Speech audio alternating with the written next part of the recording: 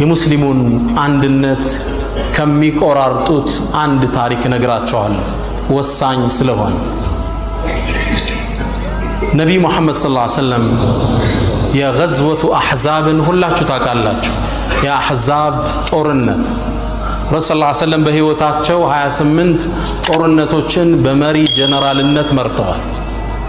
ከነዚህ ውስጥ ትልቁና ሙእሚኖቹ ትልቅ ፈተና የገጠማቸው ገዝወቱ አሕዛብ ይባላል።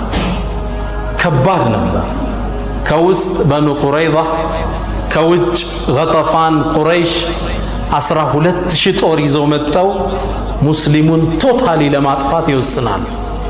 መነሻቸውን የጀመሩት በኒ ቁረይዛዎች ናቸው። ሄደው ኑና አጥቃው እኛ ከውስጥ አለን ከነብዩ ሰለላሁ ዐለይሂ ወሰለም ጋር በቃል ኪዳን የሚኖሩ ህዝቦች ናቸው።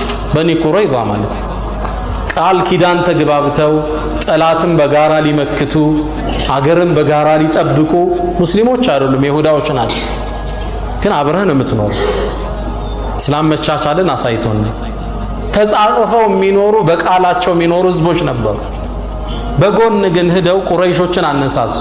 ኑ እናንተ ሰራዊት ይዛችሁ እኛ ከውስጥ እናንተ ከውጭ ወፍጮ አርገን መሐመድን መሃል ላይ እናስወግደው አሉ ሰለላሁ ዐለይሂ ወሰለም። በዚህ ሐሳብ ቁረይሾች ተስማሙ፣ ገጠፋንም ተስማሙ። ሌላ ጎሳ 12000 ጦር ክተት ይዘው ወደ መዲና መምጣት ሲጀምሩ ረሱል ሰለላሁ ዐለይሂ ወሰለም አክቲቭ ነበሩ። ወሬው ደረሳቸው። ሰሃቦችን ሰበሰቡና ምን እናደርጋለን?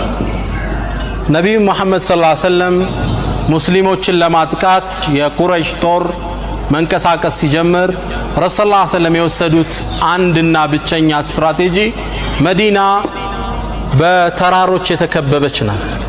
ከተራራው ውጭ ያለውን ቦታ ጫፍ እስከ ጫፍ ጉድጓድን ቆፍር ሚል አይዲያ ከሰልማን አልፋሪሲ ቀረበ። አይዲያውን ረሱል ወደዱት። ቅድም ብለናል፣ ከኤጂሰን ይሁን ከቻርሊ ይሁን ጥበብ ይወሰዳል። ከፋርስ ያመጣው የህይወት ኤክስፒሪየንስ ጉድጓድ ተቆፈረ። የሙስሊሙ ሰራዊት ቁጥር 3000 አይሞላም። እነዛ 12000 ታጥቀዋል።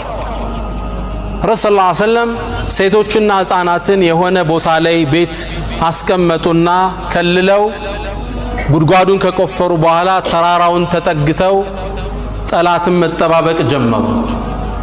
ጠላት ታጥቆ መዲና ደረሰ። ሲደርስ ጉድጓድ ተቆፍሯል። ደነገጡ። ይሄ እንዴት ሊሆን ይችላል? በጣም ደነገጡ። ምን ያደርጉ? ሊዘሉት አልቻሉ። ቀናት ፈጀ። ተስፋ ሊቆርጡ ሲሉ